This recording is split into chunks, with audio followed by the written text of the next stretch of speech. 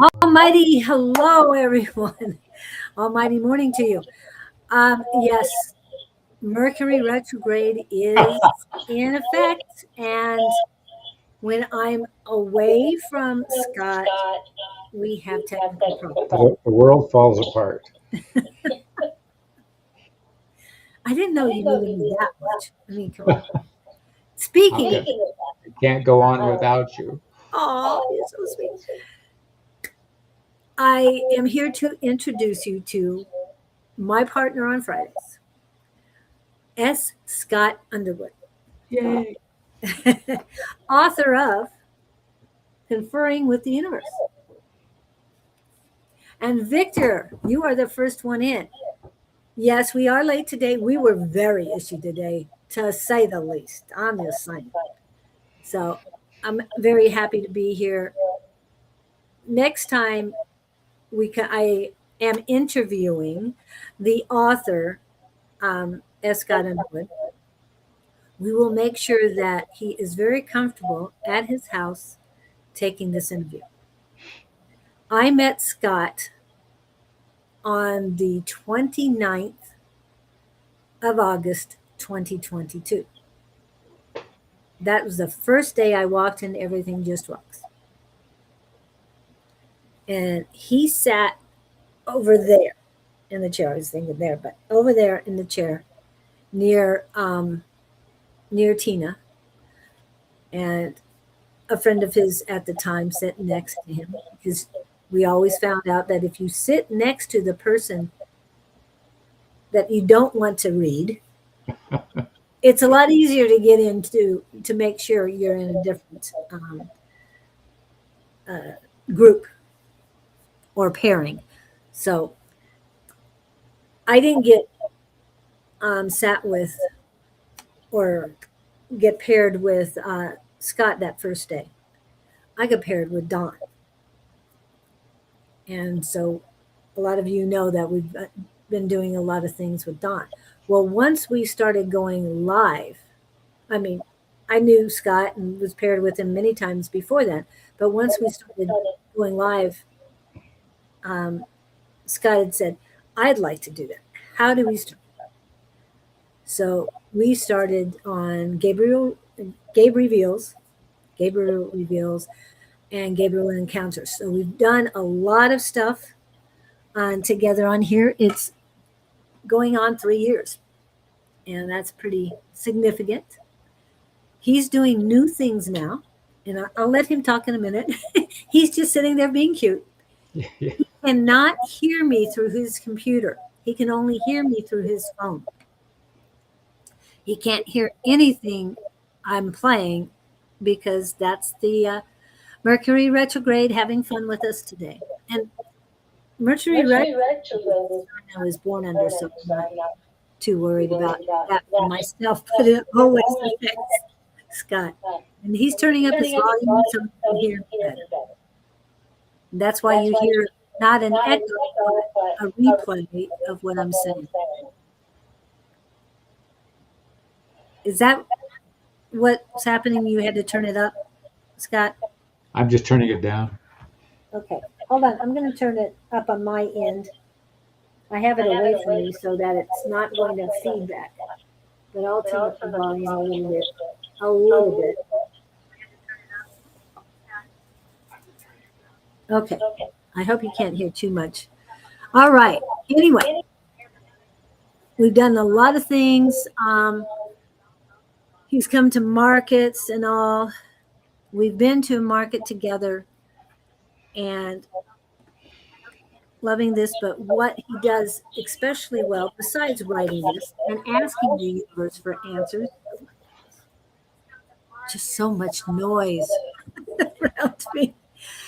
Anyway, channeling Gabriel, the Gabriel Collective, and that's his new thing.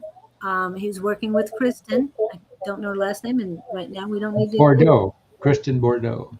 Oh, that's right, Bordeaux. The red wine. Anyway, let's see. Yeah, I keep hearing the repeating. Okay, let me go to my QR codes. This is what he's doing.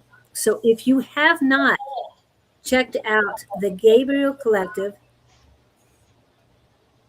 with channel S. Scott Underwood, that's what I put on there. Anyway, ask questions of Gabriel Collective or on, you ask the questions. Dang it. I'm sorry, that's too much noise for me. At www.thegabrielcollective.com. So they have a website. So you can ask your questions on the website and they will answer them. Hello, Sandra. Oh, and the super moon. Yes, super new moon, right? Okay. All right. So, Scott, author Scott, and I don't know if you've seen the thumbnail, but you are a channel, medium, psychic, and intuitive. Any other things you besides being the psychic plumber? Well, just being all around nice guy is all I can think of to add. Don't I forget. never know. I What? never know what to call myself. And as you phrased that question, I think about that a lot because I see other people running around saying, I'm a psychic medium or I'm an empath or I don't know what I am. All I can tell you is when I tap into whatever I'm tapping into, I just get words back. And what's been evolving lately is as individuals work with me, the energy that works with me chooses to sort of give them a personal hit list of, hey, you need to do this, you need to do that. They're much more gentle than I am. And I was talking to them this morning, and they're focused. They don't want to talk about parallel universes or, uh, you know, aliens. Their whole focus seems to be working with an individual, realigning them on their path at any given point, being a road sign or a road marker. That's their stress point in terms of what their function is. And it's funny because that's always been something I've been interested in. So, I guess that's why we're together. And, but I keep waiting for these huge, monumental, universal explanations of the sun rising and the moon setting, and they don't go there. So that's as much as I could tell you with any accuracy. They haven't showed up in the living room yet, so it's still very vague. But I have learned to sense their energy to where I know it's that energy, whoever they are. And I call them the Gabriel Collective because it's a group of them hanging out. That's as accurate as I know how to be. So, how did you get there?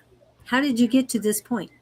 Getting there was an interesting, because the beginning of the path, I could take you back to junior high. I could take you back to high school. I could take you back to, I'm trying to think, elementary, just when some events started happening in given situations where I'm going, what the heck, where did that come from? And then as I got older and started working my own business, I remember some events happening there that basically saved my life. And I'm thinking, that was weird. How did that happen? And then it wasn't, I guess what sort of sealed the deal was when I got into this book writing seminar, which created the book, and they became very clear in terms of their communication. And I'm going, well, wait a minute, where you guys been all this time? But then I was able to correlate previous life events with this connection. And so if to give you a solid answer, I would say probably early, mid, late 20s in terms of having an established path. But they didn't show up until about 8 years ago in full force. They were just sort of playing around the edges before then. So, what happened at 20 to get you on the spiritual path? I'm sorry, one more time. What happened around the age 20 to get you to the spiritual path? It's something I think I was just born with. I always had questions. I always had curiosities, and the problem was people in my circle, including parents and relatives and friends, didn't have any answers. I just always kept looking to if I heard some weird story, that's what would intrigue me, and I'd try to listen to who was talking about the story, and I would ask questions. And my childhood was very religion oriented, not fanatically speaking, but it was a small town in Ohio. We went to church as a kid. I went to Sunday school. I went to church with my grandmother. You know, it was all the biblical figures. But I'll tell you that the one thing that aggravated me a lot was, what's the story about Moses coming down with the tablets from the mountain? There's that one, and like I thought, well, why is God only talking to him? I want to talk to him too. I like the story about the burning bush thing too. I thought, and this is all in the book, but it's I'm thinking burning bushes. Aren't there some of those here in Arizona? I mean, there should be some place to find one that we could talk to. And I just was always looking for the voice of something beyond me that they kept telling me was out there. And that was, I would tell you, that was the carrot dangling out in front of the horse that kept me moving, and that connection. And little did I know that it, but knowing what I know now, I know everybody's got it.